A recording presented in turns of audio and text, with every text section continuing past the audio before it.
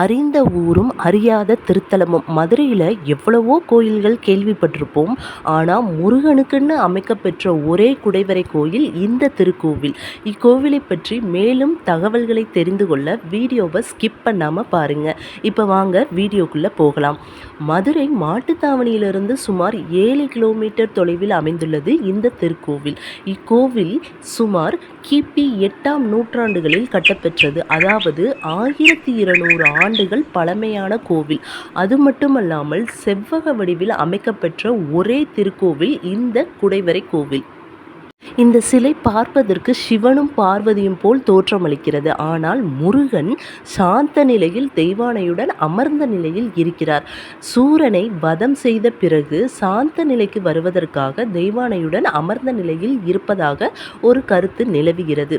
இங்கு சேவல் மற்றும் மயில் வாகனம் சிற்பமாக உள்ளது. மற்றும் முருகனின் சேவகர்களும் வீரபாகு சிலையும் தனித்தனியாக சிற்பமாக செதுக்கி வச்சிருக்காங்க. மேலும் முருகனை தரிசனம் பண்ணிட்டு கீழே இறங்கி வந்தோம் அப்படின்னா 2 பக்கமும் படிக்கட்டுகள் இருக்கு.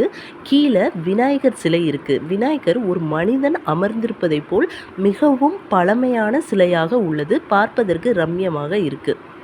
இதே மாதிரி ஒரு சிலை பிரான்மலை அப்படின்ற இடத்துல சிவனும் பார்வதியும் அமர்ந்த நிலையில் இருக்காங்க. நீங்களும் இந்த மாதிரி சிலையை தரிசனம் பண்ணியிருந்தீங்கன்னா கமெண்ட்டில் சொல்லுங்கள். இந்த கோவிலை தரிசனம் பண்ணிவிட்டு அப்படியே வெளியில் வந்தோம்னா நரசிங்க பெருமாள் கோவில் இருக்குது, அதை தரிசனம் பண்ணலாம். அது மட்டும் இல்லாமல் சனி பகவானுக்குன்னு தனி கோவில் இருக்குது, அதையும் தரிசனம் பண்ணலாம். சனி பகவானுக்கு எதிர்த்தாப்புல சீரடி சாய்பாபா இருக்கார், அவருக்கும் ஒரு தனி கோவில் இருக்குது. கொஞ்சம் தூரம் நடந்து போனோம்னா மலை மேலே முருகன் இருக்கார். தண்டாயுதபாணி கோலத்தில் மிகவும் அற்புதமாக இருப்பார். முருகனை தரிசனம் பண்ணிட்டு கொஞ்சம் தள்ளி போனோம்னா பிரித்தியங்கரா தேவி இருக்குது. அந்த பிரித்தியங்கரா தேவிக்கு அமாவாசை பௌர்ணமியில் மிகவும் சிறப்பான பூஜைகள் நடைபெறுது. அது மட்டுமல்லாமல் இங்கே தொல்பொருள் ஆராய்ச்சி நடப்பதாகவும் தகவல்கள் தெரிய வருகிறது. உங்களுக்கு டைம் கிடைக்கும்போது நீங்களும் இந்த குடைவரை கோயிலை தரிசனம் பண்ணிட்டு போங்க. இந்த மாதிரி வேறு கோவில்கள் நீங்கள் பார்த்துருந்தாலும் அதை கமெண்ட்டில் சொல்லுங்கள். இந்த கோவில்கள் எத்தனையோ பேருக்கு தெரிஞ்சிருக்கலாம், சிலருக்கு தெரியாமல் இருக்கலாம். அந்த தெரியாத சில பேருக்காக இந்த வீடியோவை ஷேர் பண்ணுங்கள். வீடியோ பிடிச்சிருந்ததுன்னா லைக் பண்ணுங்கள், கமெண்ட் பண்ணுங்கள், முக்கியமாக சப்ஸ்கிரைப் பண்ணுங்கள்.